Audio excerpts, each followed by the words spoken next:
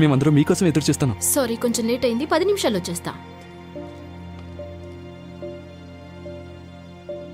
వస్తాను.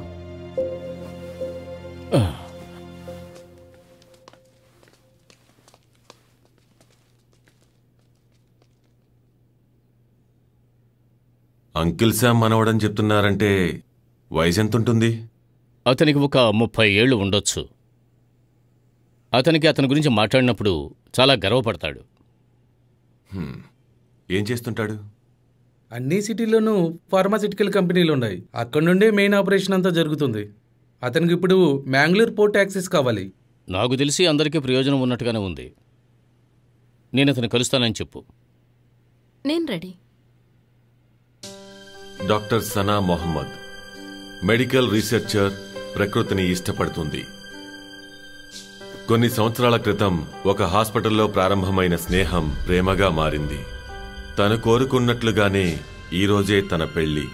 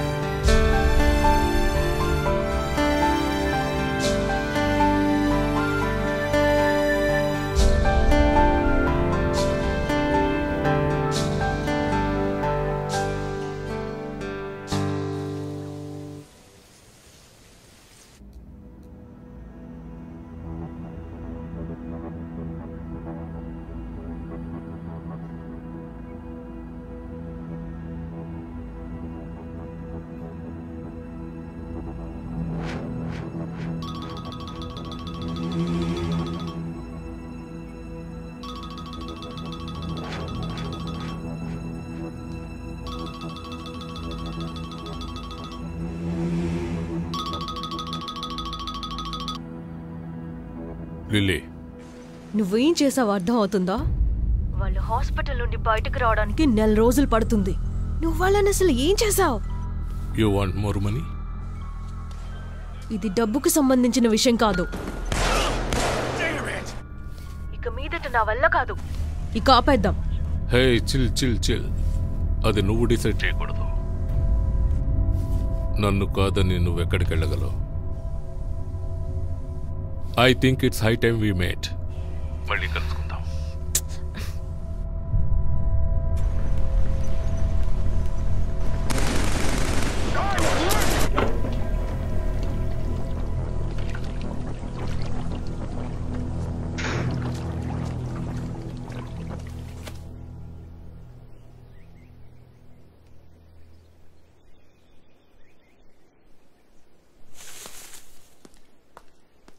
లేట్ అవుతుందని రవి చెప్పినప్పుడు ఎంత లేట్ అవుతుందని అనుకోలేదు. ఫుడ్ చల్లారిపోయింది. పర్లేదన్నా, మీ హోటల్లో వేడిగా లేనివి ఎలా ఉంటాయో చూడాలి కదా. సనా, ఇది మా గిఫ్ట్.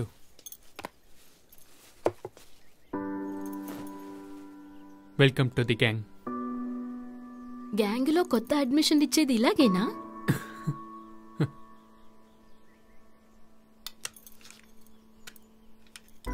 ఇది పని చేస్తుందా శాండీ? ఇప్పుడు నేను కూడా ఒక గ్యాంగ్స్టర్ అయ్యాను.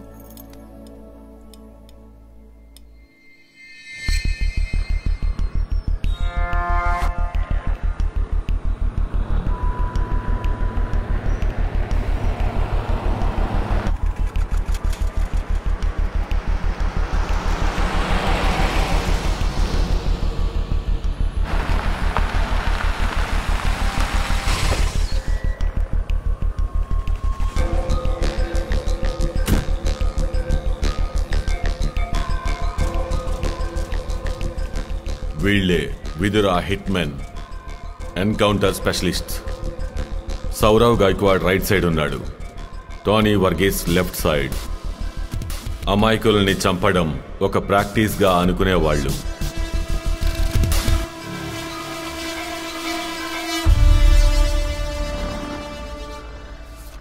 రాజకీయంలో ముఖ్యమైన విషయం టైమింగ్. కరెక్ట్ అయిన టైంలో పని పూర్తవకపోతే సమస్యే. ఈ ముగ్గురు వాళ్ళ స్నేహితుల హత్య కారణంగా పబ్లిక్ని రప్పించి సమస్య చేయాలంటున్నారు.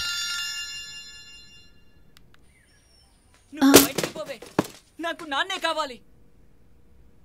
సారీ. ఇలాంటి E6 స్కాండల్ వల్ల మన పార్టీకి ఎలాంటి సమస్య రాకూడదు. వీళ్ళని ఎన్కౌంటర్ చేసి చంపేయండి.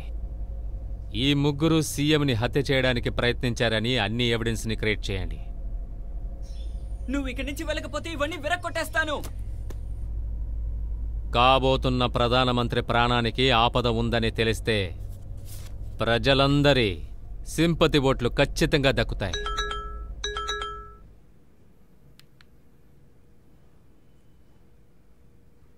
ఒక్క నిమిషం.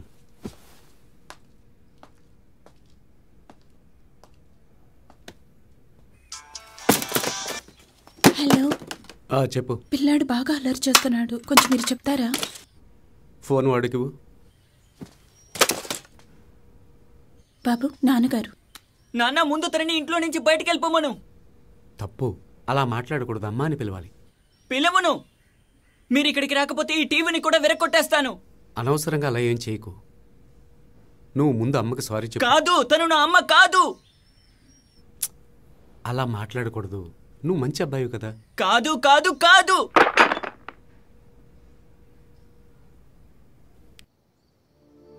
నేను మీకో విషయం చెప్పాలి. ఇలా వారం వారం వచ్చి వెళ్ళటం ఇక మీదట ఆపేనా? ఆపేయి. సీరియస్ గానా? నేను వచ్చానంటే ఇక్కడ పద్ధతులన్నీ మారిపోతాయి. చెప్పండి. నువ్వు ఓ పని చెయ్యి. నీ లగేజ్ అంతా తీసుకుని ఇక్కడికి వచ్చేయి. అప్పుడు ఏ ఇబ్బంది ఉండదు.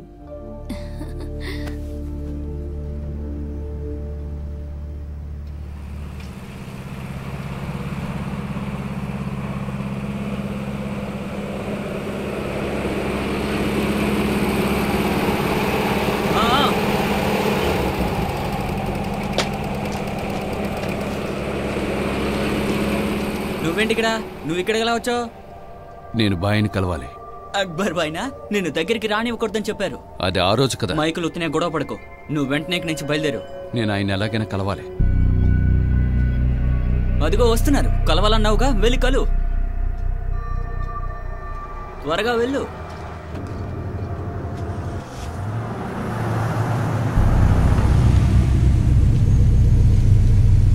ఏంటి మైకేల్, ఎలా ఉన్నావు? ఇంట్లో అందరూ బాగానే ఉన్నారు కదా? నేను మిమ్మల్ని కలవడానికే వచ్చాను. మీరు నాకు చేసిన సహాయం నేను మర్చిపోలేను. ఆ రోజు నాకు మరో మార్గం తెలియలేదు. ఈరోజు నా కుటుంబాన్ని పోషించడానికి చాలా కష్టపడుతున్నాను. కొంతమంది ఏమో నేను మీకు ద్రోహం చేశానంటున్నారు. మరి కొంతమంది ఏమో ఇప్పటికీ నేను మీతోనే ఉన్నాననుకుంటున్నారు. ఇలా ఈ ఊర్లో నేను బతకలేను. అయితే ఊరు వదిలిపెట్టి వెళ్ళిపో.